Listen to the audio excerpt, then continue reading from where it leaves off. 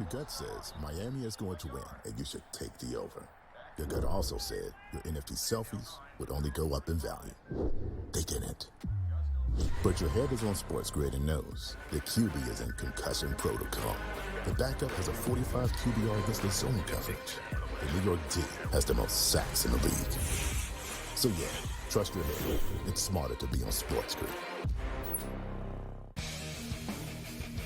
A lot of books, and outside of the New York area, the Canes are actually favored in Game 1 of this series. I'm seeing it right now. I'm looking. I see a minus 115 Canes, Rangers minus 105. I like the 6 and 7 games prop, like I took with Boston, Toronto, which we now know is going to cash. I think it's got a chance to go the distance. It's going to be a long, tough, close series. Sports Rage Late Night, only on SportsGrid. The Cam Rising stuff last year with Utah, 3 months of pretending he was questionable with a torn ACL, ridiculous. It's a lot of gray right now when it comes to this stuff, and we really are. When people say we're in like the second or third inning of sports betting, that's why I agree, because there's so many of those situations that are very, very difficult to explain to a novice. Game time decisions, only on SportsGrid. A surprise winner on the PGA Tour. Taylor Pendrith ends up winning his first PGA Tour win. He was pretty darn lucky to win. Ben Poles should have won that tournament, also seeking his first PGA Tour victory. He went into the 18th hole, the easiest hole on the golf course, with a one-shot lead, and he was there in 2, just less than 30 feet from the cup. Newswire, only on SportsGrid. Ferrall has taken over. Let's go. It's Ferrall. Coast to coast. Steaks, chicks, stacks. You and I are going to make a lot of money. It's Ferrall. Coast to coast.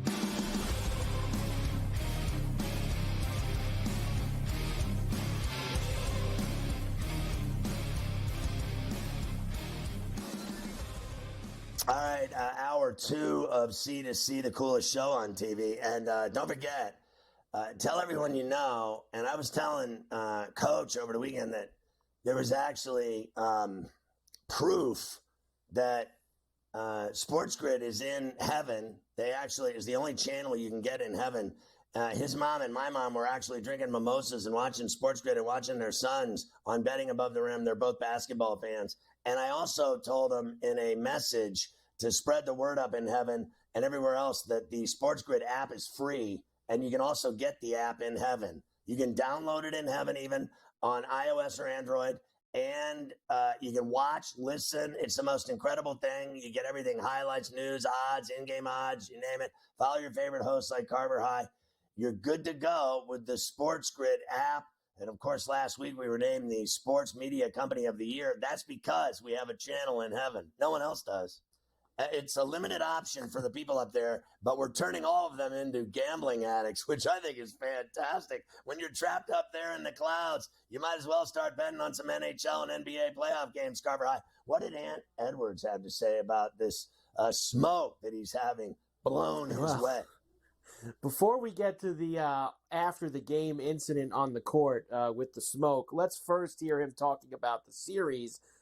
He told you it was going to be a long one when it was 2-0. He says, of course it's going to be a long one, but we're going to punch back. Here he is.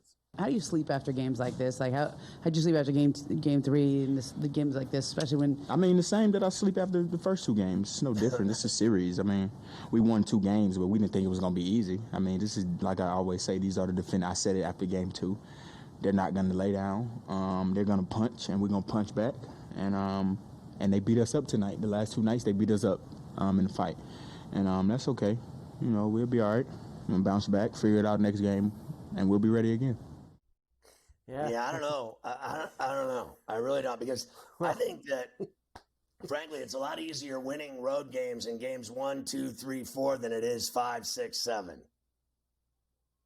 It's a lot different. It is a much different animal, and the Minnesota Timberwolves are going to find that out in game number 5 against this Denver team that has the momentum now. Now, there was a little bit of, I guess, some smack talk, Scotty, during and specifically after the game involving Jamal Murray and maybe a few others on the Nuggets. Perhaps we can get Anthony Edwards' thoughts on that.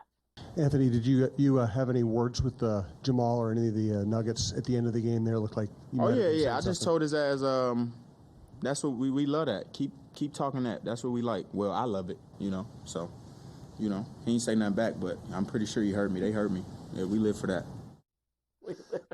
Okay. All right. Well, have at it. Let's go. Like you just said, that's all right. You could do that, but then you gotta win games. You can't do that and then lose. You're up 2-0 in this series, 2-2 now. You got to finish the job and win it. The Nuggets now are favored again, minus 185 for the series to win it, plus $1.50 for the Timberwolves. Nuggets were 4-1, Scotty, after they were down 2-0. Now they have back control of this. It's a best of 3 with 2 games in Denver. I just think it's a real issue having Joker at the high post up at the top of the key getting the ball, and everything just kind of opens up and parts the seas from there. It's obvious to me that Minnesota cannot handle the Joker. They just can't handle him. When he has the ball, he exposes all of their weaknesses, which they have very few of, but he exposes all of them. And he does whatever he wants, and he gets everybody else involved. And I'm talking buckets just at one after the next, just landing from everywhere. 3 dunks, layups, finger rolls, mini hooks. It's him. He's the problem. Gordon was magnificent, but it's all because of this guy, Jokic. I mean, he is something else. They don't know what to do with him when he touches the ball at the high post. I mean, the guy goes off. It's embarrassing. He goes off, and I agree with you. I think this is half. Joker is starting to dominate, and he's figured it out, and he's all over the place. And the other half is, in those first 2 games, Minnesota was getting, Reed was hitting from everywhere. McDaniels was hitting from everywhere. Alexander Walker was hitting from everywhere. And those guys besides Ant, and we forget Cat and Gobert, because you said what's exactly right about those 2 guys. It's the other guys, Scotty, that were bombing threes from all over the place in Denver those first 2 games that disappeared in these 2 games in Minnesota. And they're going to need those guys to start hitting shots again. Houdinis. They're Houdinis. So they disappeared. Perfect word for it. And that was the end of them. So that's why they lost. It's pretty simple. And listen, I think Towns is another one, frankly, that cries a lot. If his shot isn't falling, he's looking for calls. He's screaming at refs that he's getting hacked and smacked and cut up. It's simple. Like I've told you this 1,000 times. When you're 7 foot, 280 plus, 300 plus, and you think you're going to have people blowing you kisses, there's only one way to play guys that big, and that's to break their arms and to pull them, yank them, choke them, kick them, stomp them, knee them in the groin. There is only one way to play guys that big, and it's to play dirty. There's only one way. So he cries the whole game about calls instead of putting the ball in the hole and being a man and using his size and weight to his advantage. He instead spends the day praying to God and yelling at refs. That's what he does. Watch the game. He's screaming at refs. Meanwhile, the Nuggets are running down the floor shooting layups and dunks. They're even letting Brown do whatever he wants. And how about Holiday? No one even knew he was on the team. That's how bad he lit them up last night. Like, no one even knew he was there. Because you know why? Because Cat Downs and Gobert were there. They were at the, 3-quarter pole talking to the refs, talking to the play-by-play announcer, seeing if they could give him some help. Honestly. They needed it. That's for sure. We have 2 games tonight in the NBA playoffs. Both series are 2-1, so 2 pivotal game 4s here. We'll start in Cleveland, where the Celtics did win Game 3 on Saturday night, 106-93. They're up 2-1 here going into Game number 4 tonight, where they are, of course, favorites again. This time 8.5 on the road against Donovan Mitchell and the Cavs. 206.5 is the total tonight. I don't know what to think. The reality is this, is that when they win on the road, they're unbeaten on the road, and they average, the winning margin is 15. More than 15, like 15.6 every game. They were laying 8.5 the other night. 8. I laid 8 and covered. You would think that Cleveland would dire straits Mark Knopfler. I mean, they need to cover and win tonight like no one's business. They need to kitchen sink this game tonight at the Rocket and be in this game with under a minute to go. It has to be a 2-point game with under a minute to go. They have to have a chance to win that game. If they don't, then they're losing by 12 to 15 points.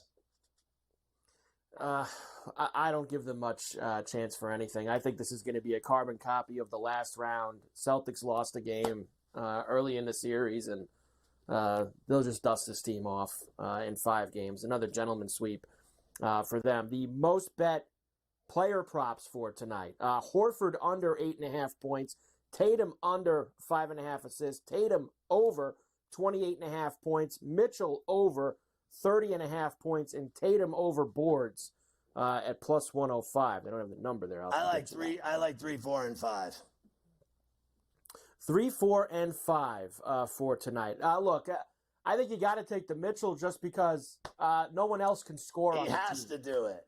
He's the only guy that can actually consistently put the ball in the basket, and nobody else can. So that's why I go with you there. When we come back, I'll give you the other game tonight, the late game, a Game 4 in Dallas between the Thunder and the Mavs. I got a little Kyrie for you as well for that game. Thank God it's Kyrie and not the whiny bee.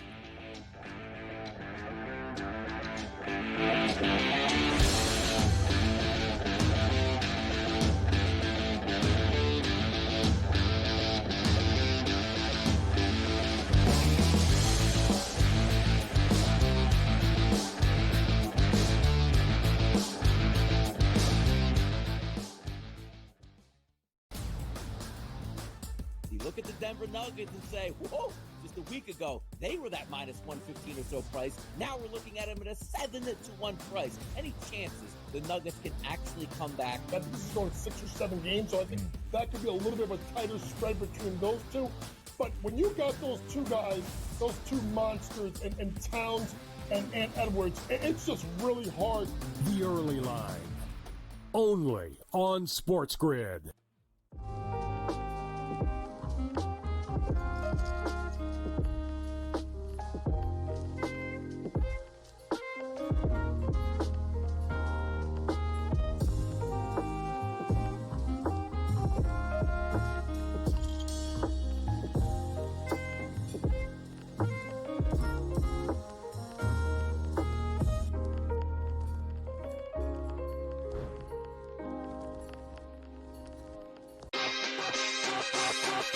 The Cam Rising stuff last year with Utah, 3 months of pretending he was questionable with a torn ACL, ridiculous. It's a lot of gray right now when it comes to this stuff, and we really are.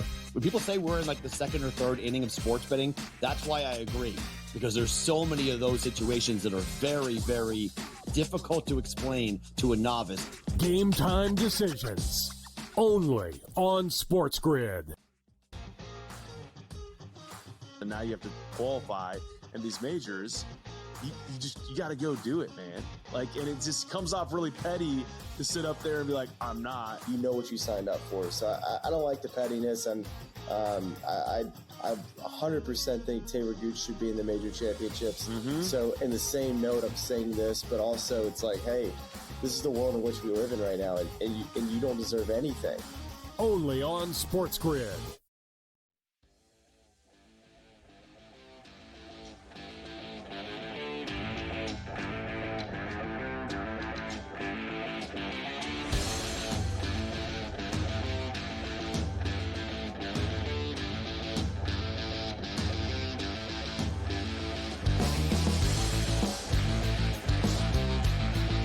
From San Fran City by the Bay to Miami, FLA to NYC and the Big Apple, it's Ferrall Coast to Coast with your boy Carver High on a misery Monday coming off the Mother's Day. Hope you had an awesome holiday with your moms. And if you have your mom missing, I hope you got through it okay too. Here we go. Mavs and Thunder. I watched that game the other day. Oh, my God. I have never been so mad and watching a basketball game in my life. I just honestly couldn't believe my eyes. I literally, I want to say this once. they never gave Oak City one call in the entire fourth quarter. And I thought they called a relatively even game with fouls and free throws. I didn't have an issue with the refs. But in the fourth quarter, they gave Dallas every single call of that fourth quarter.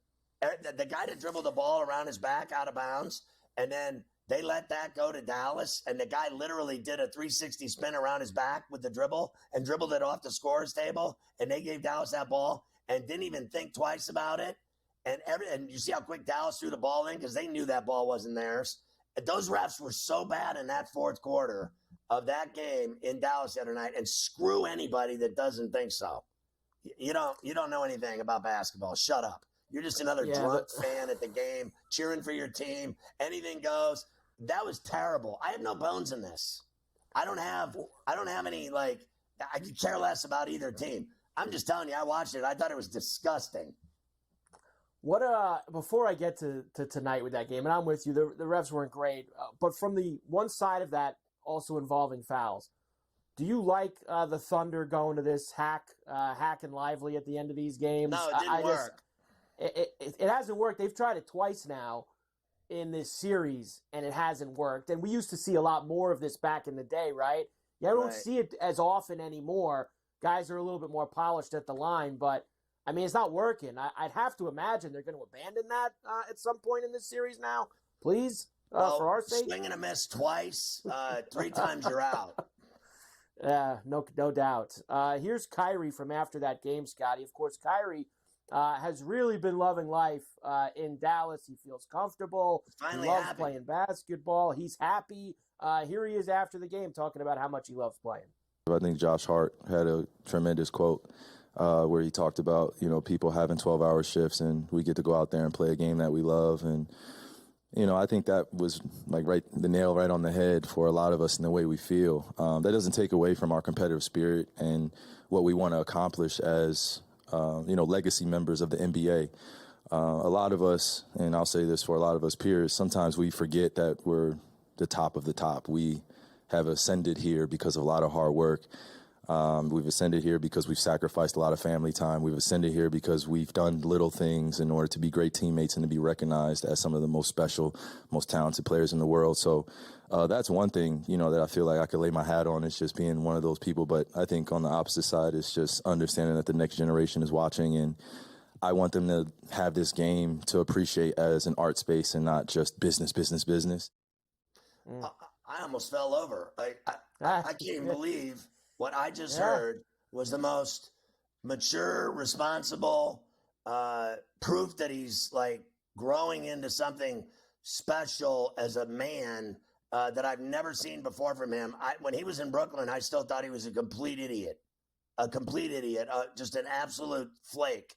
And he's obviously made great strides down in Dallas. I don't know if it's the Mavericks, Cuban, Luka, I don't know, Texas, no taxes. I don't know what it is, but that is not the guy that played in Brooklyn. Certainly doesn't seem that way. The Mavericks will try to take a 3-1 lead tonight at home against the Thunder. They are 1.5-point favorites now. I can't even look at this guy. I can't even look at it. I had to put my hand up. He's tough to take after the game and during the game. He really is. Him crying about how banged up he is and how hurt he is, and it was tough. And sure, I'm sure it was tough. As he keeps playing these amazing games. I mean, I got giant grapefruit onions. I'm going with the Thunder again because they have to win. They have to win tonight or it's over. And I know it's not over at 3-1, but it will be over. They will lose this series if they lose tonight. They are not winning every game the rest of the way. I don't care how many games are in the peak in OKC. I just don't care. You know why? Because I heard someone say it best today.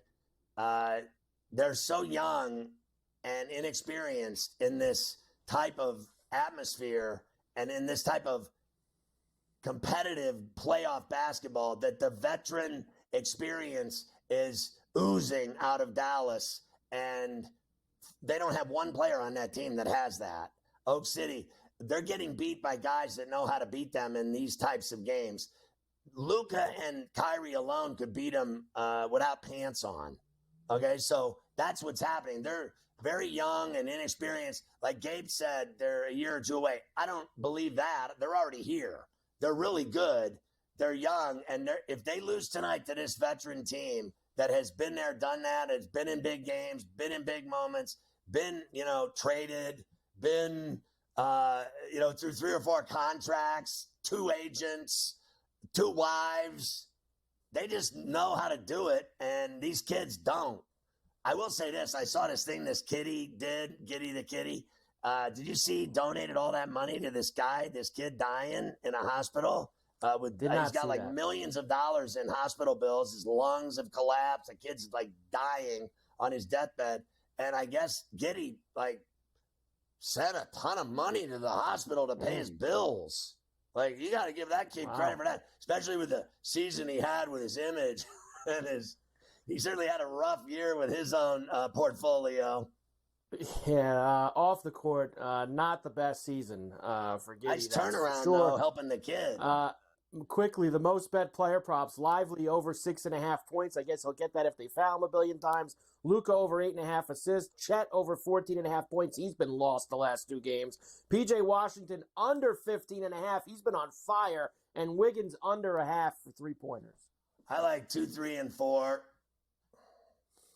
Yeah, I mean, I don't know. PJ Washington going to have 25 plus every game? He got to go down at some point, right? They don't guard him, so why not? I guess that's true.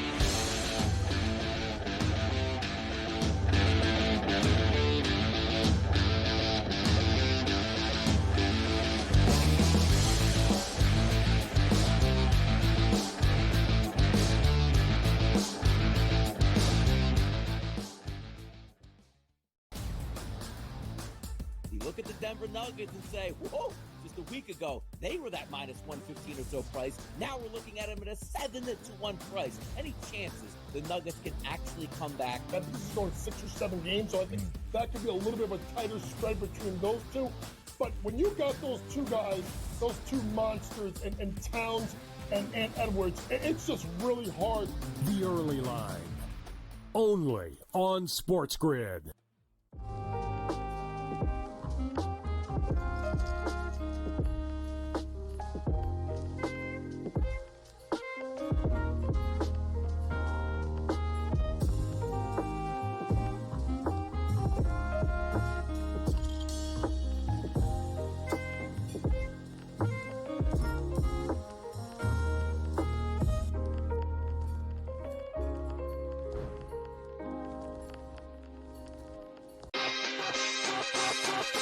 The Cam Rising stuff last year with Utah, 3 months of pretending he was questionable with a torn ACL, ridiculous. It's a lot of gray right now when it comes to this stuff, and we really are. When people say we're in like the 2nd or 3rd inning of sports betting, that's why I agree, because there's so many of those situations that are very, very difficult to explain to a novice. Game time decisions, only on SportsGrid. And now you have to qualify, and these majors, you got to go do it, man. And it just comes off really petty to sit up there and be like, I'm not. You know what you signed up for. So I don't like the pettiness, and I 100% think Taylor Gooch should be in the major championships. Mm-hmm. So in the same note, I'm saying this, but also it's like, hey, this is the world in which we live in right now, and you don't deserve anything. Only on SportsGrid.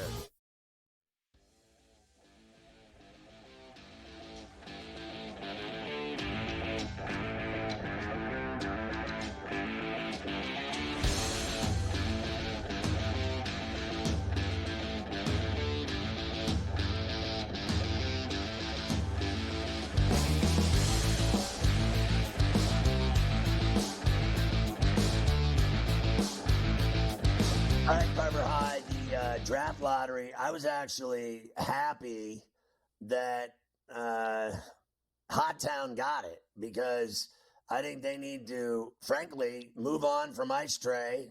They said they were going to trade Murray for 6 months, and they never did. And now I guess they're going to, be able to get their hands on a really good player that no one's ever seen play before, because he plays in Europe. but most of the top 10 are Europeans. And I said this to Coach yesterday, get ready for the Paris Olympics when we send over our geriatric team to play all these young guns from Europe. They're going to have their hands full. There are tons of talented countries and teams and players over there that are going to blow your mind. I even said to him, like, Canada's caught up to us. People talk about the U.S. like we just go and do whatever we want. I'm telling you. So I was excited for Atlanta. I couldn't believe the Spurs had the 4 and the 8. I mean, they are just loading up. And I said yesterday, I'm glad Portland didn't get it. No offense to anyone in Portland, but that's where careers go to die. It certainly is. The Hawks, Scotty, only had a 3% chance of getting the top pick. I mean, they were in a play-in tournament. Losing to Chicago in that game, they jump all the way up to the top spot. They are at the 1, Washington 2, Houston also jumped up to 3.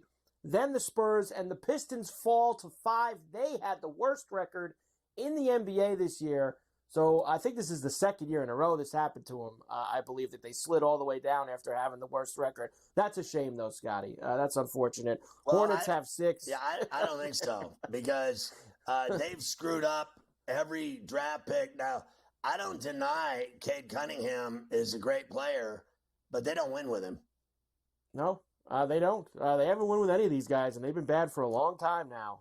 That's for sure. Spurs, as you mentioned, have 2 picks. They have it's 4 and the 8. They have in the top 10. Portland has 7 and 14. So there you go with that. Here is the odds to be the top pick in this draft. Of course, this French kid, Alexander Sarr, is the favorite, Scotty, to go first. As you mentioned, there's a lot of Europeans on this board. As you look at it, a lot of guys we have not seen. You do have Klingon from UConn up there. You've got the Kentucky kids, Dillingham and Reed Shepherd.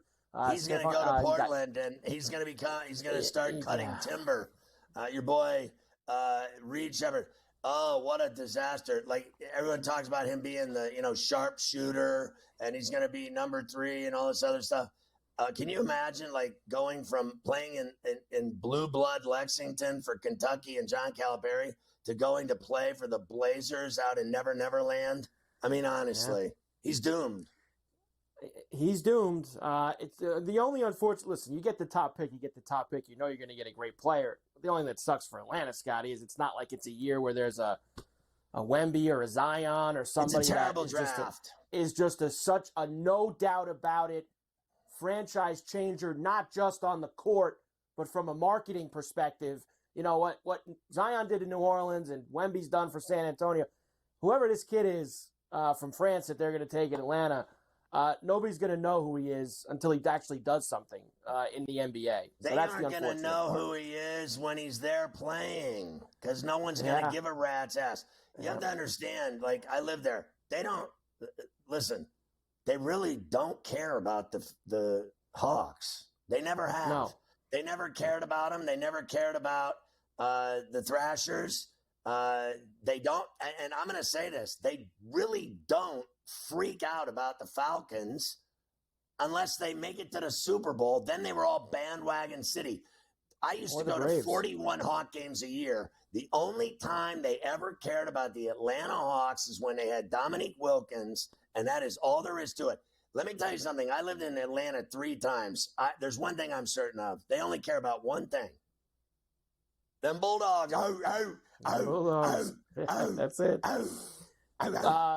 The report this morning is that Bronny James is going to stay in the draft. He's been medically cleared. He's at the combine this week, and he's going to be in the draft. That's for the future.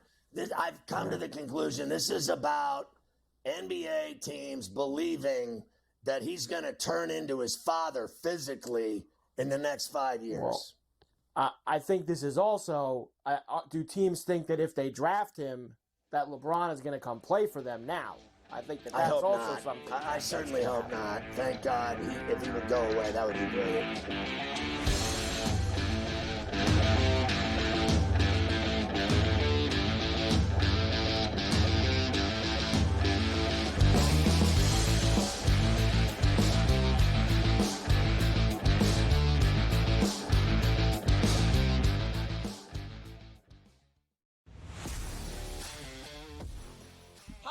dimensional are these guys? It's amazing. They're supposed to be the greatest athletes in the world, and yet they can't walk and chew gum at the same time without getting hurt, for goodness sakes. That Trout injury really is a bummer too, because people thought he was going to have a big year. And I look, I don't feel bad for the Angels. I don't like Mike Trout in Anaheim. I thought he should have left when his contract was up. In-game live, prime time, only on SportsGrid. And now you have to qualify in these majors. You got to go do it, man.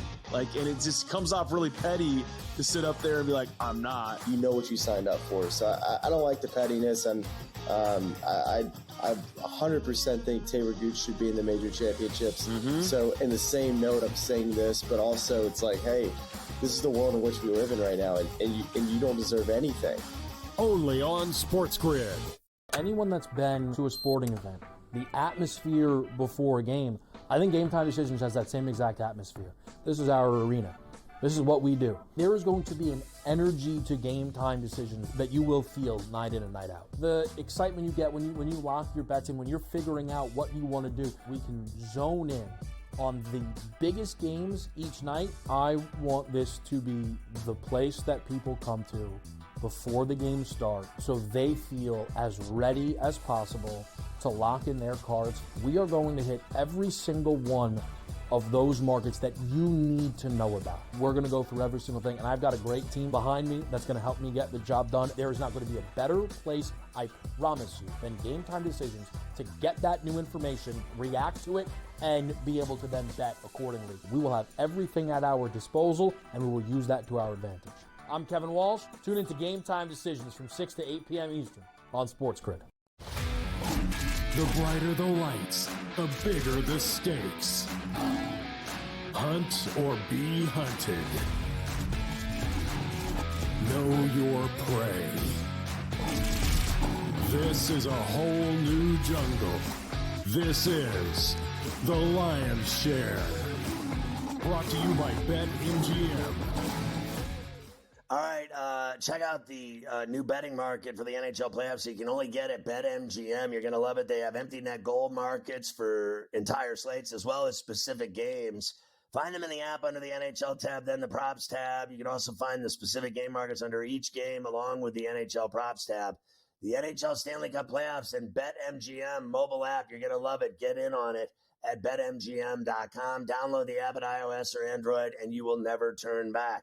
Coach James Young, of course, our hoops analyst. Of course, you can catch him here every day on C2C and the great Betting Above the Rim show on Saturdays and Sundays with yours truly at 1 Eastern both days.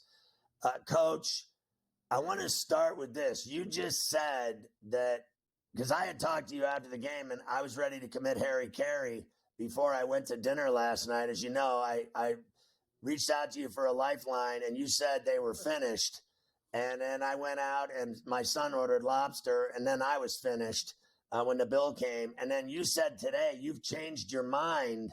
It took you a little time, a little sushi, a little rest, a little exercise, a little training this morning with some of your D1 stars, and you've come to the conclusion that what? Them getting their ass kicked was maybe the best thing they needed.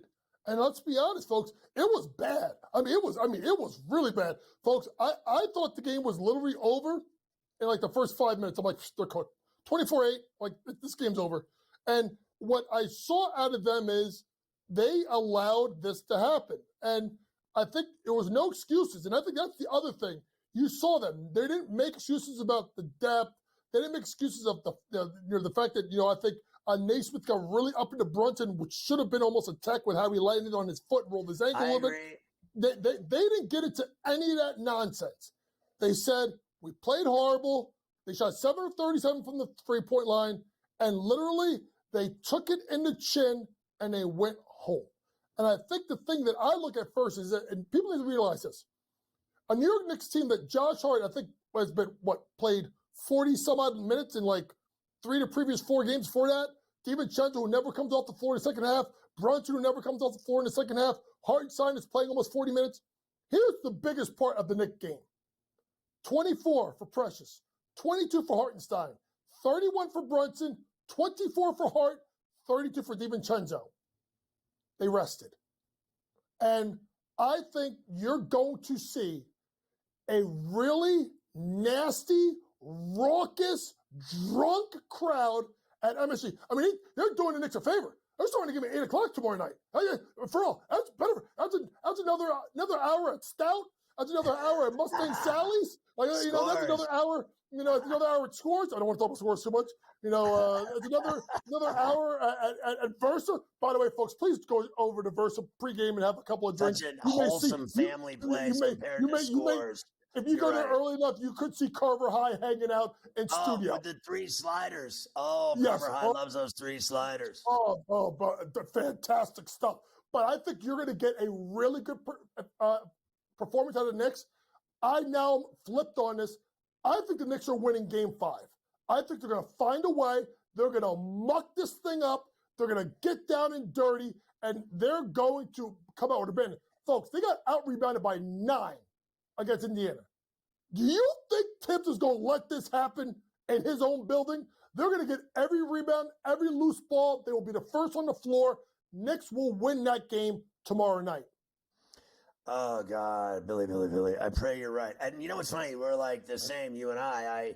2 peas in a pod. I said earlier, I didn't think the refs called either game poorly in Indy. I thought the only call that they butchered was the Naismith landing into Brunson and Brunson rolling the ankle, the other foot. Now both feet are banged up. And that 100% of the season, 100% of any guy that doesn't let someone land, automatic foul at 100%. Every ref, woman or man, calls it every time. And then you get in Game 4 of an Eastern semi and you don't call it. That is embarrassing. That is saying we don't want our players to get injured, but we let them get injured in the playoffs. Mm-hmm. Yeah, so I think that's something that you're going to watch out for. And listen, I call it the Bruce Bowen. You guys remember Bruce Bowen? Played for San Antonio. He used to. That was his trademark closeout. Close out and kind of stick that foot out a little bit and let you land on. Obviously, it could be a flagrant foul if you land in someone's face like that. I'm telling you this right now. They're going to watch this game closely. And here's the other thing to watch really quick, Knicks fans and any fan of basketball watching the game. If I'm Tibbs, I let sometimes even Chenzo, Deuce, even Hart bring the ball up the floor, and I get Brunson on the run. Some kind of false motion, some kind of screen for Brunson, if you got Naismith on him, to get him on the move and give him the ball almost on like a dribble handoff as a way to kind of free up and kind of get himself going against Naismith because he's not as easy to bump off because Naismith is bigger and stronger. You and I talked on Sunday about how many layups they had missed with their legs, and they did it again Sunday in the massacre. It was embarrassing. And I got to tell you, you knew I watched the entire game because I felt like I needed to take the entire knife in my chest, not just the tip. I had to get the entire machete through my, chest all the way out the back and then pulled back through it and blood spurting everywhere. So I watched the whole thing, and they got to stop missing bunnies. For God's sake, it's embarrassing. Let's talk about tonight.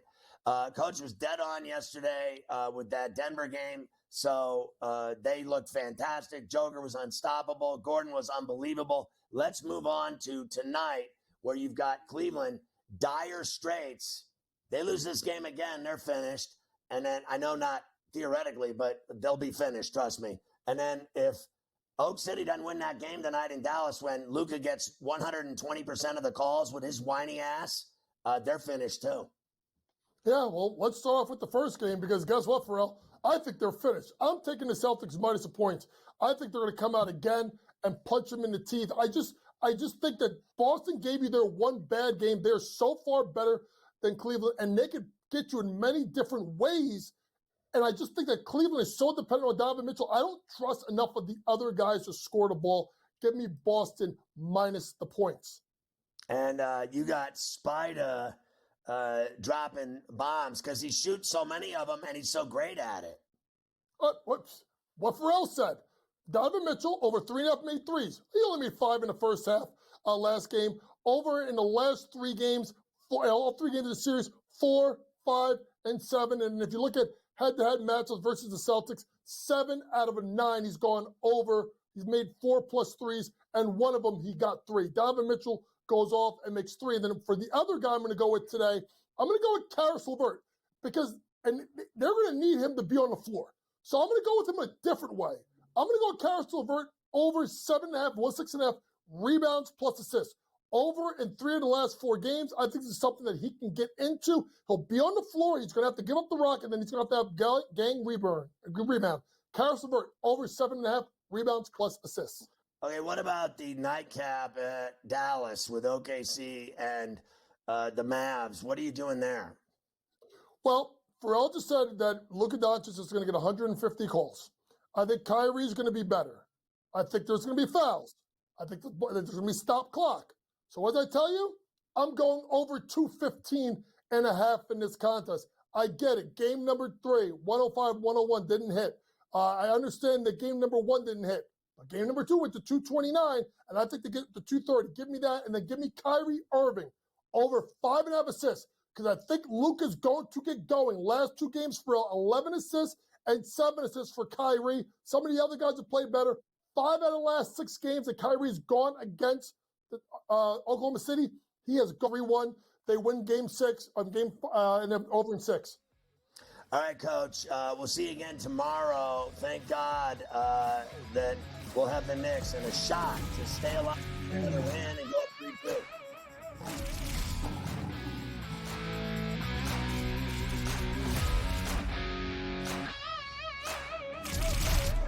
The Lion's Share, presented by BetMGM.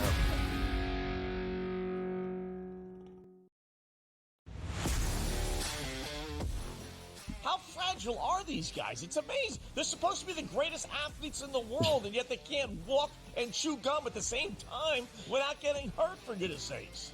That Trout injury really is a bummer too, because people thought he was going to have a big year. And I look, I don't feel bad for the Angels. I don't like Mike Trout in Anaheim. I thought he should have left when his contract was up.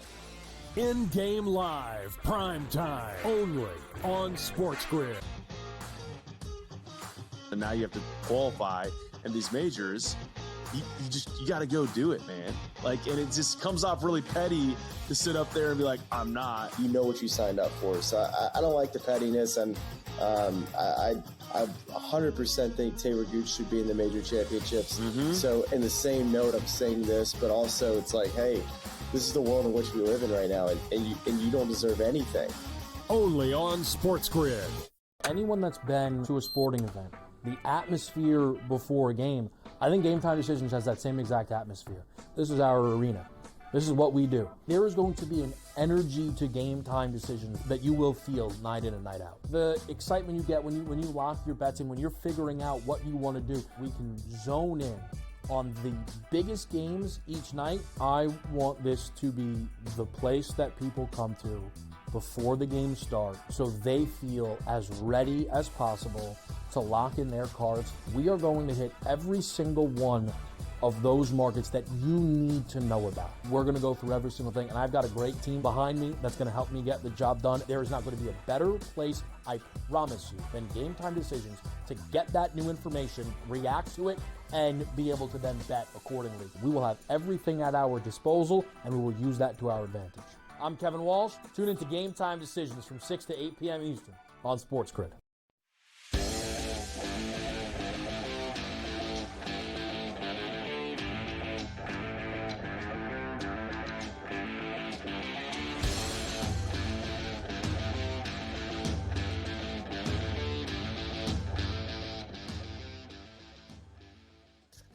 All right, Davis Maddock is from Fantasy Sports Today. You can catch it on Saturdays, but you can see him here every day on Coach to Coach. You can follow him on X at Davis Maddock, Mattek. On social media, you're good to go. And let's start with the meltdown, that the Cardinals manager had when his bench coach got tossed, and then he came out and lit up that ump. And I literally thought he was going to hit him. I thought he was going to hit him. He lost his mind. And then his crappy team turned around and won that game in Milwaukee. Well, look, good for them for winning a game. You got to feel that tensions are pretty high there in St. Louis for the bench coaches, for Ole Marmol, and for all of them. This is a team that is fired reigning National League Managers of the year before. They fired Mike Schilt in a season where they won a playoff series. Like, the tolerance for crappy baseball in St. Louis historically has been pretty low. I guess, Ollie Marmol and his guys, they would like to do almost anything to get the team to hit. I don't really know how they do it. The Paul Goldschmidt kind of looks like he needs time on the IL, maybe can't hit the fast, high stuff. Nolan Arenado does not look particularly great. I don't really know what the solve is there. You think they're going to fire him? I think they probably will fire him. I don't think they will do it in season. That doesn't seem to be a particularly St. Louis Cardinals thing. Like, I think they maybe try and see what they can get out of Arenado and Goldschmidt at the trade deadline. Maybe Sonny Gray. They have some guys who are priced and playing like they would be pretty quality trade options. But, we just have never seen the Cardinals front office in this situation where they're so bad, no chance of making the playoffs. Like, I don't really... There's just no historical comparison for this for them. What did you think of the Padres weekend against the Dodgers at Petco? I mean, I think that the Padres are one of the weirdest teams to think about in all of baseball because they signaled to us, this offseason that they were not going to take things as seriously. They let Juan Soto go. Then they smoked the Dodgers 4-0. They did not do so hot on Saturday, and then they get the big win on the 10th. I mean, look, not very many teams are going to have winning series against the Dodgers, even at home. Maybe they are a little bit better than we thought. Some of the guys who have not really hit for them this year are their better players, Machado and Bogarts, and the pitching has been super strong. What did you think of Paul Skeens on Saturday? I have to tell you that I watched every pitch of that kid's performance, and a couple things stood out to me. One, it's the first time I've seen that ballpark sold out, I think, in, 10 years. Like, they literally were packing them in to watch this kid on Paul Skeens Day, and he did not disappoint. And I thought he was a little wild, but he had to have nerves, right? Pitching in his first major league game in the show. But he was still filthy with his stuff. He threw a ton of pitches over 100 miles an hour, and he had 7 big strikeouts. I thought his first inning was pretty amazing. I thought he was awesome. I mean, I don't really think that you could have expected that much more than we knew they were not going to let him go very deep in this game. We knew that the nerves were going to be there. We knew that this was not going to be like Strasburg coming up, throwing 105 pitches, striking out 14. Like, that's just not really the way these guys get treated. I thought it was the thing that I liked the most about it was they let him go to 85 pitches. That was 10 more pitches than he had thrown in any game in the minor leagues. That leads me to believe pretty much for the rest of the season, they're just going to let him go. They're going to say 90 pitches, 95 pitches. You want to go 102. You want to get into the 6th inning. If you're pitching well, we'll let you do it. He only threw 84 pitches. He threw 54 of them for strikes. He got 12 swinging strikes, 5 ground balls, 5 fly balls. I mean, pretty much I would say a B-plus start for him. And that fastball is just absolute gas. I think guys are going to have a horrible time trying to hit that all year long. Aaron Judge is finally hitting home runs. He's got 10 now. He jacked a huge one again yesterday. They looked really good hitting all those home runs at the Trop. He did. And look, we knew this was going to happen. I don't think, like, without a real injury, there was just no reason that Judge was not going to hit. And I think, a big explanatory variable for why he has not been hitting home runs is teams have just been walking him. He leads baseball in walks. Like, if you don't give Judge a pitch to square up on, he won't do it, but he's got a good eye. He almost always kind of leads baseball in walk rate. So, yeah, he still is a great hitter. All right, Davis, let's look at what you got in store for tonight, betting-wise on BetMGM. What do you got in the Thunder game in Dallas? Yeah, so I am going to take the Thunder here. There are a couple of reasons why. The first one being Luka is still injured. I know he was pretty solid in that third game, but he definitely, you can tell he's not 100%. He can kind of get there in bursts, but he can't do it for, 42 minutes a night. The Thunder don't have any of their main guys that are injured, but that's not really why. The main reason why is I can't see this team getting punked like this after how good they were in the regular season to kind of just go down, with a whimper in the second round of the playoffs. I think at the very least, this ends up being a 6, maybe 7 game series. There's also a rotational adjustment I expect Mark Daigneault to make. He's either going to start Isaiah Joe or have Isaiah Joe be the first guy coming off the bench for Giddey. It's going to give them a ton more space on offense. And wing Jalen Williams, not big Jalen Williams, but small forward Jalen Williams, he's got to be like the third best player on the court tonight. He was really bad in game 3. They cannot survive another night of that, and I am expecting him to answer that call. And you're going with a couple of big baseball upsets tonight. I think I bet on Jordan Hicks every time he started yet this year. The market, I think, is not quite respecting him enough. Obviously, it is a difficult matchup against Yoshi Yamamoto and the Los Angeles Dodgers. So if I get that one wrong, I'm wrong. And then just the disrespect for my guy, Brady Singer, taking the mound against the Seattle Mariners, a plus 130 dog to George Kirby on the road. The Royals are a better team than the Mariners. Obviously, they don't have Julio Rodriguez, but you know what we do have? We have Bobby Witt Jr. So Royals and Giants underdogs on the road tonight. Yeah, and I think Yamamoto's been below average so far for the Dodgers, so I kind of like your Hicks play at Oracle. Thanks, Davis. Good stuff.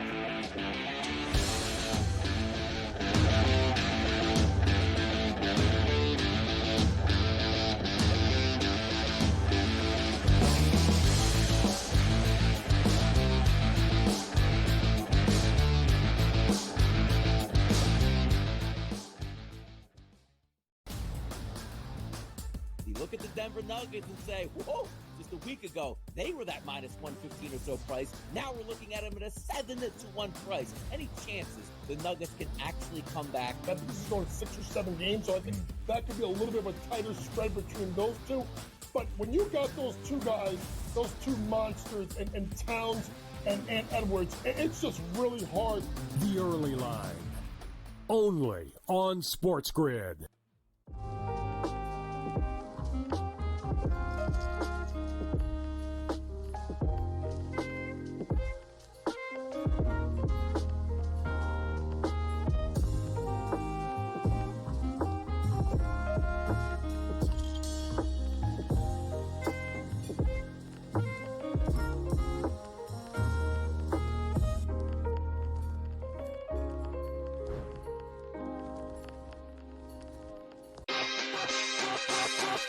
The Cam Rising stuff last year with Utah, 3 months of pretending he was questionable with a torn ACL, ridiculous. It's a lot of gray right now when it comes to this stuff, and we really are.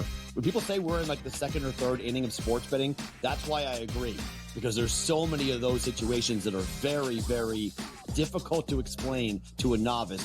Game time decisions, only on SportsGrid. And now you have to qualify, and these majors, you got to go do it, man. Like, and it just comes off really petty to sit up there and be like, I'm not. You know what you signed up for, so I don't like the pettiness, and I 100% think Taylor Gooch should be in the major championships. So in the same note, I'm saying this, but also it's like, hey, this is the world in which we live in right now, and you don't deserve anything. Only on SportsGrid.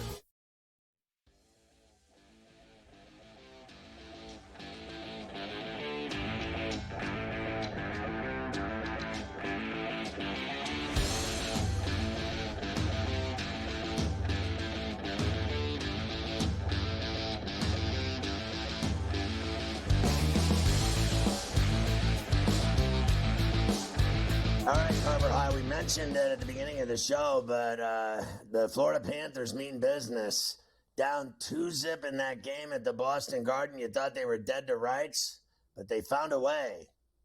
They certainly did last night. 3-2, they beat the Bruins in Boston. They take a commanding 3-1 series lead back to Sunrise for tomorrow night. Alexander Barkov, Scotty, he has been the guy, the captain for the Panthers, scoring all the big goals for them, puts them ahead for good last night on TBS. Lead. Now the game will be determined in the final 12.5 or beyond. Here's Barkov cutting in. Barkov scores! Alexander Barkov! And for the through the slot, I got to be honest with you. I thought the Bruins were like Swiss cheese, the way they let them get inside that slot and into the low crease and get all these whacks at this team. Frankly, they deserve to lose. They did deserve to lose, and they've not played well at home for most of these two games, and now they have to win 3 in a row. So they got to try to reverse what Florida did to them last year. Bruins had the 3-1 lead. Florida came back. I don't see it. Minus 2,500 for the Panthers to win this series. Obviously, 11-1, Scotty, if you think the Bruins actually have that in them. I just think the Florida Panthers are too good this year. I thought last year might have been a little fluky for me. They were not that good, and then they got hot in the postseason and went on a roll and a tear, right? And then they just cascaded it right into this season. And then the entire season, frankly, they dominated that division. And I think the Eastern Conference with the Rangers, and I won't deny that Canes have been, right there as well. But let's face it, the Panthers and Rangers were better, and that's all there is to it. And here they are. So I thought last year was more surprising than this year. I'm not surprised at all. They're not losing this series. I'm with you. They're not losing this series, that's for sure. In the West last night, Vancouver beat Edmonton 4-3. In Edmonton, they take a 2-1 series lead. You were talking about, Gabe, with this earlier. Elias Lindholm had 2 goals. They thought Besser had that hat trick in the first period, Scotty. They ended up crediting the first one to Lindholm. He gets his second to give them the fourth on TBS. Besser brings it around to the point. Lindholm playing catch. Turns and locates Hughes. Feed out in front for Lindholm, who scores! Elias Lindholm with his second tonight. And Vancouver is back up by 2. I'm sure they'll take 2 from each every day of the week. Besser and Lindholm, it don't matter who puts them in. They just want to win games, and they continue to impress on the road. They certainly do. And how about this Arturs Sivos, the goaltender for Vancouver, the Latvian kid who's been thrown in after all their injuries. He had 42 saves last night for Vancouver, Scotty. They asked all the Oiler players and coaches last night about how they haven't been able to solve this kid. Let's just say, Scotty, none of them seem to be very impressed with him, including Leon Draisaitl. Well, Post is not good goaltending. No. But, yeah, we can certainly do a better job of bearing down and, like I said, capitalizing on our looks. When in the regular season, when you kind of get goalied, you play the next team another night and you just move on. In the playoffs, you're going to see this guy again. Do you guys need to kind of go to school on this guy a little bit? I don't think so. I think we got enough guys in here that can put the puck past him. Shown it so far. He's obviously playing well. Made some big stops for them, but yeah, we just got to be a little cleaner and look to bear down a little bit more. Wow, is this guy living in a fairyland? What world Coach is he said living the same in? thing. They both Coach are said the same ignoring thing. the fact that they're losing. They are doing the same thing that they do every year, and that is their big guys in the biggest moments aren't scoring, and more importantly, they have no goaltending. And Scotty, they've never had any goaltending. They haven't had it for the last 5 years when they've made all these playoff runs. They haven't had goaltending. And that's why they're going to go home in this series also. Maybe they should make a trade for the kid and bring him over to Edmonton as their goalie. Bring the kid over.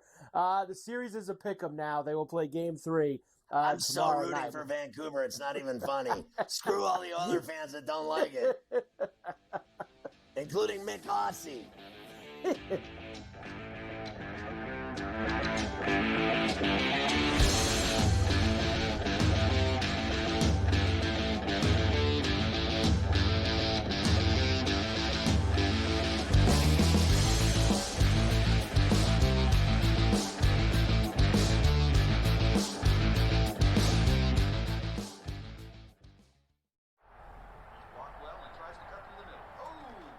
Your gut says Miami.